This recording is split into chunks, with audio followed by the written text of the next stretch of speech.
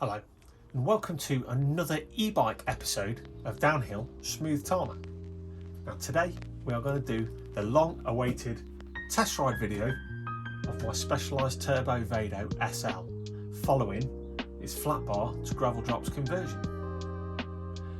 Before we do that, let's talk a little bit about the bike.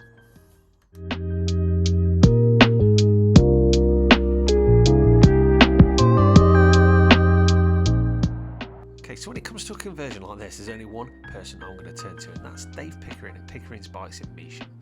Dave is properly on my wavelength when it comes to the cool, quirky and crazy bikes that we both like to create. We make them bespoke and we make them suit exactly what we want them to do. Dave helped me out with some Shimano 5700-105, 10 speed. I added 1142 cassette and a brand new chain, plus all the new cabling required. Dave also helped me out with the flared bars you see here. They're a Pro Discover set that are nice and narrow actually and suit the bike super well. The only other thing I had to do was make a quirky little solution using the good old Amazon site to get an extender for the battery adjuster. But enough of all this waffle, exactly how well does the bike ride? So for the test ride, as this is my commuter bike, you join me taking the long way home from work. You can see me using Cycleway here. This is in Shepshed in Leicestershire. I should say before we get going that I've kind of given myself a bit of a jump on knowing whether this bike is going to be the right fit, and that's by taking the same measurements off my gravel bike, adding them to this one. It's a simple thing to do, just get a tape measure, find a couple of points to work with, and it's going to tell you whether you're in the ballpark when you're converting, especially when you convert from a flat bar to a drop bar.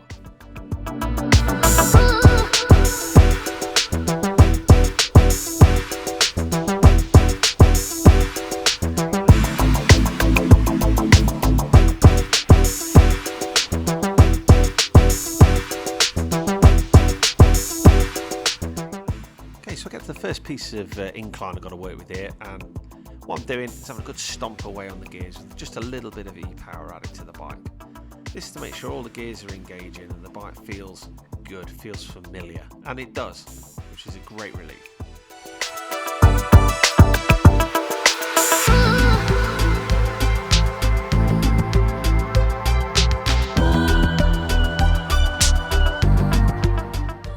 Get settled into the bike after a couple of miles here. The one thing I have to say is the bike does feel comfortable, and it could just be in my head, but the combination of the drop bars and the slightly more aero position appears to make the bike much easier to ride. I should say at this point that tyres wise I actually run a Schwalbe Durano with a 35C, so a big wide slick. I do this because of the protection. I've run a couple of different sets of gravel tyres on my commute, and I've been pulling punctures like 1.0, especially on the cycleways around Ashby and such. There's a lot of glass, there's a lot of stuff there. So Durano's got a good protection level, and as you'll see in an upcoming video where I take another long way home, they handle a bit of gravel and a bit of mud surprisingly well. First decent descent, getting into the drops. Now this is sweet compared to having the flat bars. Really makes a difference here. Just get it down into a small gear and just absolutely spin the hell out of it. This thing is starting to feel like home.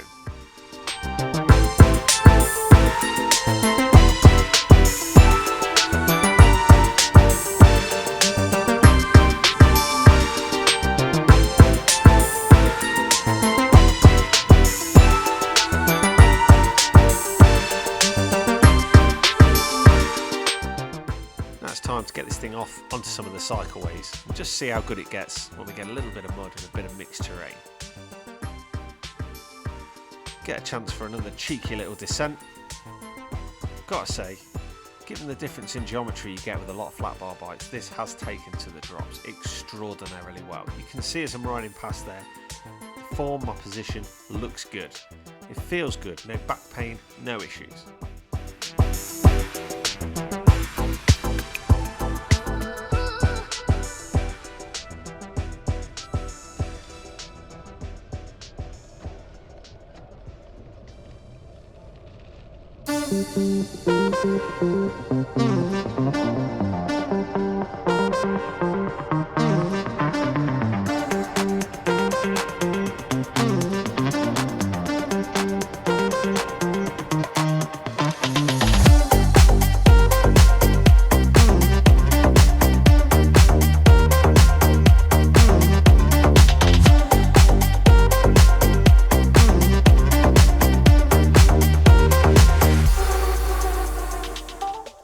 there, a little cheeky adjustment with the thumb.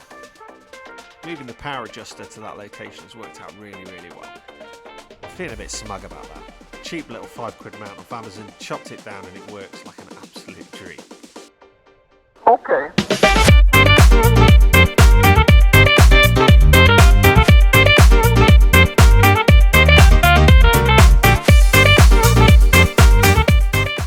Now we're going to get proper off-road. Get this thing out into some mud, some double tracks and fire roads. I have to say, I am totally blessed compared to city people to have a commute home that features stuff like this.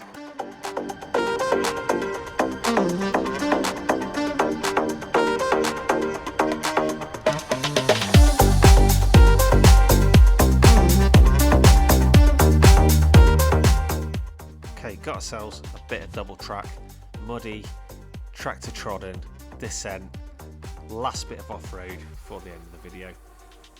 Now, this is where I will say a standard Vado SL4 comes undone. Flat bar or drop bars, it's got an aluminium fork and it's harsh. Only thing I can say to you, don't let that stop you buying one. Get a Redshift shock stop stem and it will change the way the bike feels completely. And that's it. It's now made itself into an all-round graveler. Just going to take this last little bit of single track, chuck myself back out onto the main road for the last bit of the ride home.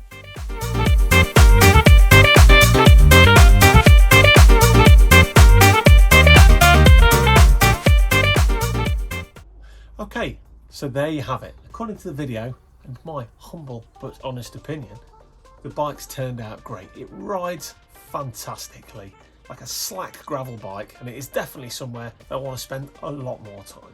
It's too good just for the commute. And like the Supertramp song, I'm definitely going to be taking the long way home a lot more often on this bike. So that's it.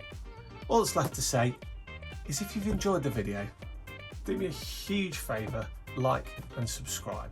We've got lots of videos planned for the next 12 months and beyond. Whatever discipline you're into, we're probably going to have it covered. Lots of bike packing, lots of gravel biking, mountain biking, road cycling, riding with the club, it's all in there. Apart from anything fixie. Can't ride them for toffee. Plenty of channels like that, so you ain't got nothing to worry about there. Following that, I'd like to hope that your next ride is all downhill with smooth tarmac. Keep the rubber on the road, keep your wheels spinning, and most of all, be safe, and wherever you end up, have happy trails. Thanks for watching.